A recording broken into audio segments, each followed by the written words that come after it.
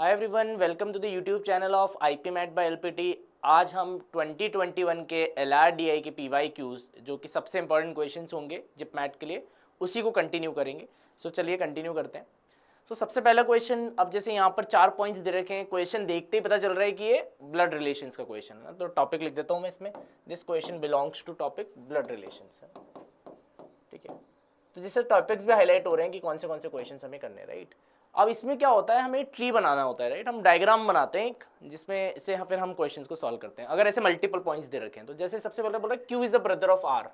So Q is the brother of R, Q तो male ही होगा, फिर तो मेल को हम ऐसे बॉक्स से दिखा देंगे ना, एंड यहाँ लिख सकते हो brother. So Q is the brother of R, P is the sister of Q, P is the sister of Q, right. And T is the brother of S, S क्या है, S is daughter of R, S is daughter of R, S is daughter of R and T is the brother of S। इस तरह का setup आ गया ना। Who are the niece of Q? अब Q के niece पूछ रहे हैं तो आंसर तो ऐसे ही आना चाहिए था सिर्फ, है ना, बट इसमें S ओनली आंसर होना चाहिए था, बट पेपर में थोड़ा सा एरर था ये, टेक्निकली अगर देखा जाए तो S जॉन से भी ऑप्शन में वही आंसर कर देंगे। तो आई थिंक डी ऑप्शन, अगर बेस्ट आंसर लगाना है तो हम इसमें डी ऑप्शन मानेंगे, राइट, क्योंकि एस आंसर होना चाहिए वैसे तो टेक्निकली, है ना। तो चलो आगे चलते हैं। ब्लड रिलेशन का क्वेश्चन तो हो गया। नेक्स्ट, अब इसमें कोडिंग डिकोडिंग का क्वेश्चन है, राइट। कोडिंग डिकोडिंग का क्वेश्चन है, इसका मतलब ये, इसका मतलब ये, राइट। इसको कैसे करते हैं, तो इसको ट्राई करते हैं। तो ये कह रहा है कि इल बी पी मीन्स, तो पहले अपन लिख लेते हैं सबके ना, इल बी पी मीन्स, इसका क्या मतलब है, roses are blue, roses are blue, right. And then sick he means red flowers, okay। and then last लिखा है flower, p mit he, p mit he means flowers are vegetables, flowers are vegetables, right। अब अपन को क्या है, same code को देखना है। तो सबसे पहले ऐसे आप लिख लो, एक लीनियरली लिख लो इसको। अब देखो इन दोनों में क्या कॉमन है, जैसे फ्लावर्स कॉमन है, तो दैट मीन्स फ्लावर्स का कोड ही होगा, राइट। फ्लावर्स का जो कोड है वो ही होगा। तो ये कह रहा है रेड का कोड बताओ, तो रेड का कोड तो सीधे ही पता चल गया कि जो बचा हुआ है सिक, वो रेड का कोड होगा ना। तो इसका आंसर आ जाएगा डी ऑप्शन। काफ़ी आसान क्वेश्चन है, कोडिंग डिकोडिंग की स्टैंडर्ड्स के हिसाब से अगर देखा जाए तो ये बिल्कुल फ्री के मार्क्स है ना। तो आगे चलते हैं। आई थिंक दूसरा क्वेश्चन भी हो गया। तीसरा क्वेश्चन बहुत इंटरेस्टिंग है और इसमें कई बच्चे गलती कर देते हैं ना, तो ध्यान से देखना। In this question find out how many such pairs of letters are there in the given word, each of which has as many letters between them in word in English alphabet, है ना। तो आपको ये पता लगाना है कि जैसे इसमें अगर दो लेटर्स के बीच में जितनी स्पेसिंग है, एक्चुअल में भी अल्फाबेट्स में भी इतनी होती है नहीं होती है, ऐसे कितने पेयर्स है, राइट। बड़ा इंटरेस्टिंग क्वेश्चन है। इसके लिए ऑब्वियसली आपको ये जो पोजीशन वैल्यू है वो आपको टेबल जो है वो यूज कर सकते हो आप चाहो तो, है ना। तो आप देखो सबसे पहले सी से स्टार्ट करते हैं ना।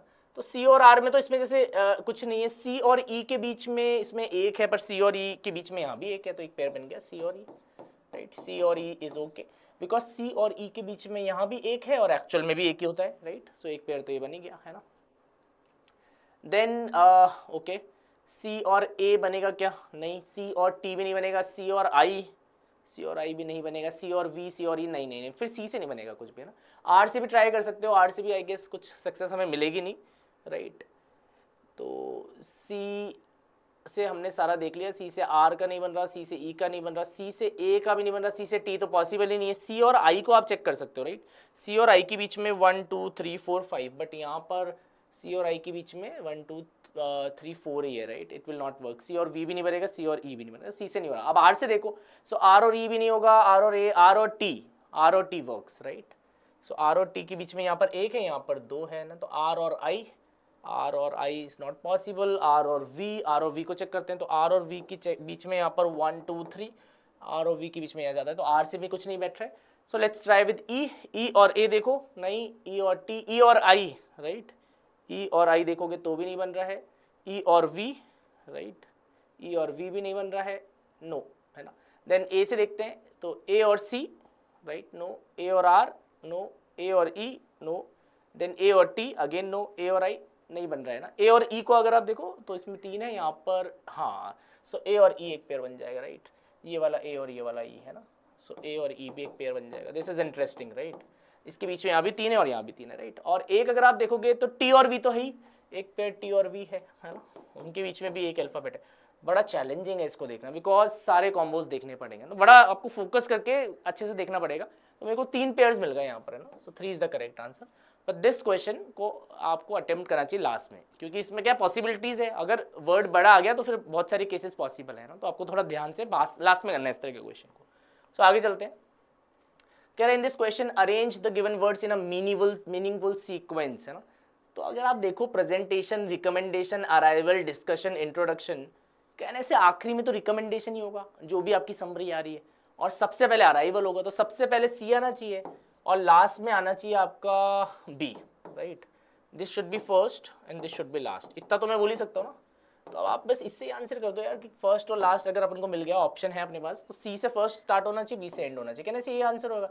सो फर्स्ट अराइवल होगा, then you will have introduction, then presentation, then discussion and then recommendation. A is correct, right. तो ये तो ऑप्शन से कर लिया हमने ऑर्डर में अरेंज करके. आसान क्वेश्चन है ये क्वेश्चन है ऑर्डरिंग का, राइट. मीनिंगफुल ऑर्डर बनाना है. So this is ordering and sequencing, right. Next आगे चलते हैं. नाउ अगेन वेन डायग्राम का क्वेश्चन आपको दिख रहा है. So this is based on Venn diagram, right. अभी क्या कह रहा है, right. Which subject was taken by largest number of students. अब थोड़ा सा दिमाग लगाते हैं इसमें ना. तो देखो मैथ्स वाले में कितने हैं, 1 2 3 4 5 6. मैथ्स वाले में 6 हैं. ज्योग्राफी वाले में 1 2 3 4 5 6, है ना.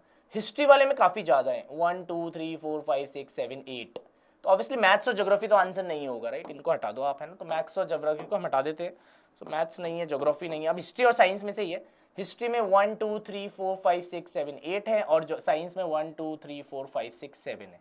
ठीक है, साइंस में 7 है, हिस्ट्री में 8 है. तो चांसेस हिस्ट्री की ज़्यादा है, बट हिस्ट्री और साइंस को कंपेयर कर लेते हैं ना. तो कंपेयर करना है आपको, विजुअली करना है बस, है ना. हिस्ट्री को और साइंस को, है ना. हिस्ट्री को मैं हाईलाइट कर देता हूँ. अच्छा, इसमें कॉमन रीजन कौन सा है हिस्ट्री और साइंस में. कहने से ये तो कॉमन ही है हिस्ट्री और साइंस में, तो इसको तो देखो ही मत, है ना. इसको तो इग्नोर कर दो. तो 15 19 16 ज़्यादा है या ये 4 ज़्यादा है, राइट. ऑब्वियसली वो 4 ज़्यादा है ना. So obviously history is the topper. इसमें हिस्ट्री टॉपर है. तो इसमें भी कैलकुलेशन को बिना करे आपको सीधे आंसर देखना चाहिए कि अच्छा हाँ अगर कंपेयर करेंगे तो हिस्ट्री आंसर आएगा, राइट. सो ये भी हमने ट्रिक से कर दिया. सो आगे चलते हैं. Next question, choose the one different from the rest, odd one out. ये क्वेश्चन ऑड वन आउट का है. पहले ऑड इवन देख लेते हैं. ऑड इवन हो रहा है कि this is even, this is even, this is odd, this is odd. Not working, है ना. तो ऑड इवन नहीं वर्क कर रहा है. सबसे पहला अगर ऑड इवन से ही हो जाए तो सीधे आंसर आ जाए ना, पर ये नहीं हो रहा है यहाँ पर ऑड इवन से, है ना. सो अब इसके बाद क्या करना है अपन को, इसमें सम करो.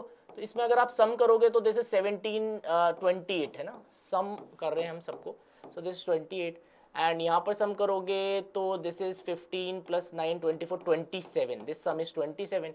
यहाँ पर सम करोगे 15 + 9 28, अगेन हियर ऑल्सो 28, राइट.